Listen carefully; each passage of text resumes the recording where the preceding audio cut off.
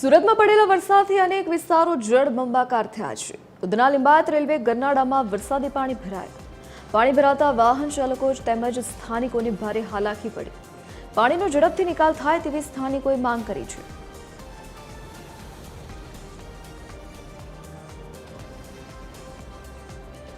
તો પાણી ભરાતા વાહન ચાલકો તેમજ સ્થાનિકો હેરાન પરેશાન થઈ રહ્યા છે। દર વર્ષે ગરનાળામાં પાણી ભરાઈ જવાની સમસ્યા થાય છે, તો પણ તંત્ર દ્વારા કોઈ નિકાલ કરવામાં નથી આવતો। વહેલી તકે પાણી નિકાલ કરવામાં આવે, રસ્તો ખુલ્લો કરવામાં આવે તેવી સ્થાનિક લોકો દ્વારા તંત્ર પાસે માંગ કરાઈ છે।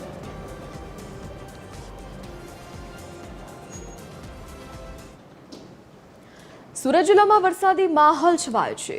વાવ્યા ખાડીમાં પાણીની આવક થઈ છે। વાવ્યા ખાડી પર આવેલો લો લેવલ બ્રિજ પાણીમાં ગરકાવ થયો છે। લો લેવલ બ્રિજ પર પાણી ફરી વળતા લોકોને હાલાકી પડી। આ માર્ગ બારડોલી કામરેજ જવા માટે લોકોને આશીર્વાદ સમાન છે। બ્રિજ પર પાણી ફરી વળતા લોકોને 15 થી 20 કિલોમીટર ફરવાની નોબત આવી।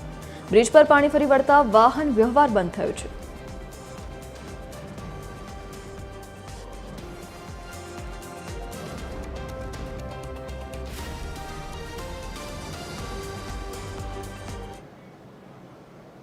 સુરત જિલ્લામાં મેઘરાજા મહેરબાન થયા। ભારે વરસાદના પગલે તાપી નદીમાં નવા નીરની આવક થઈ છે। ભરપૂર પાણીની આવક થતાં તાપી નદી બે કાંઠે વહેતી થઈ। તાપી નદી પરના કોઝવેની સપાટી વધી છે।